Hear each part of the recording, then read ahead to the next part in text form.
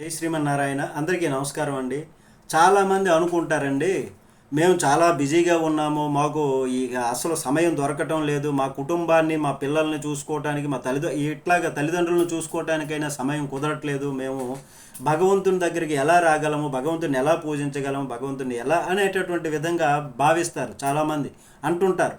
ఇదంతా ఒక divert politics అంటాం కదా, ఇదంతా ఎస్కేపింగ్ అయ్యేటటువంటి మార్గమే తప్ప దీనిలో సరైనటువంటిది కాదని చెప్పవచ్చు. ఎందుకంటే ఎందుకు సమయం ఉండదు? దేవుడిని ఒక కార్యక్రమానికి వెళ్ళామండి మేము. ఒక కార్యక్రమానికి వెళ్తే అక్కడ ఆ ఒక టెంపుల్ కార్యక్రమం, అక్కడ అన్నప్రసాదం వితరణ జరుగుతుంది. అన్నప్రసాద వితరణ జరుగుతుంటే అందరం కూర్చున్నాం ప్రసాదం తీసుకోవటానికి, స్వామి ప్రసాదం. అయితే పక్కనే ఒక ఆయన కూర్చున్నాడు. ముందు గారెలు వేశారు, ఆయన వద్దన్నాడు.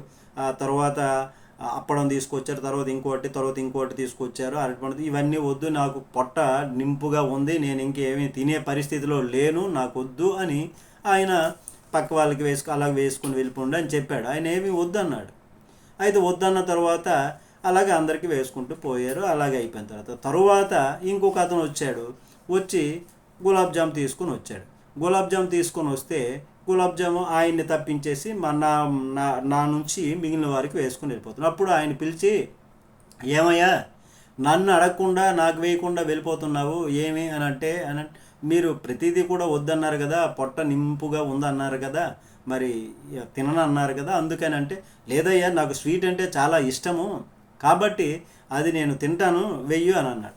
మరి పొట్ట అంత నింపుగా ఆయనకి ఉన్నప్పుడు స్వీటు అంటే ఇష్టం అంటే స్వీట్కి ఒక ప్లేస్ ఇచ్చాడు పొట్టలో.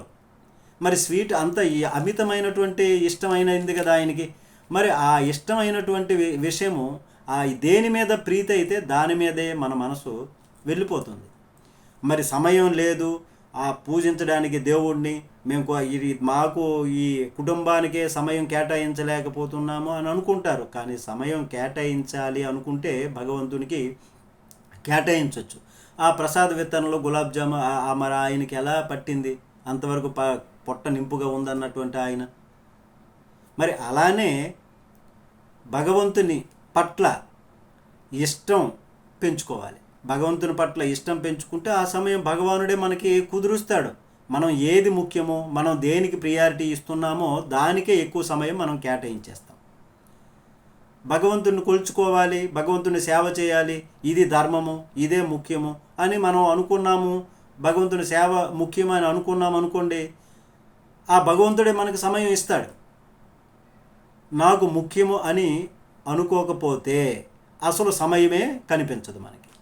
ఇప్పుడు చూస్తారా, వాట్సాప్లు, ఇన్స్టాగ్రామ్లు, టీవీలు గంటల తరబడి చూస్తున్నారా లేదా? సీరియల్ నవని ఇవి అనేది వాటిల్లో గంటలు తరబడి ఇన్స్టాగ్రామ్లో రకరకాలైనటువంటి వీడియోలు, వాట్సాప్లు ఇట్లాగా. అప్పుడు అవన్నీ గంటల తరబడి చూస్తారు. నాకు భక్తి చేసే సమయం లేదని అనిపిస్తుంది. అప్పుడు అది నాకు కావాలి, ఇది నాకు కావాలి, నాకు అది పొందాలి, నేను ఇది పొందాలి, నేను ఆయన నుంచి పొందాలి అని ఈ విధంగా కోరికలు కావాలని కోరుకుంటాం భగవంతుని దగ్గర. కానీ ఆయనకి ప్రియారిటీ ఇచ్చేది ఎంతవరకు? నాకు సమయం లేదు, నాకు కుటుంబానికి సమయం కేటాయించలేకపోతున్నాను అని అనుకోవడం, ఇది ఎలా సాధ్యం? ఇది భక్తి అనిపించుకుంటుందా? ఇట్లాంటి వాళ్ళు భక్తి చేయాలంటే మార్గం లేదా? ఆ మార్గం భగవానుడే కల్పిస్తాడు. జై శ్రీమన్నారాయణ. అందరికీ నమస్కారం.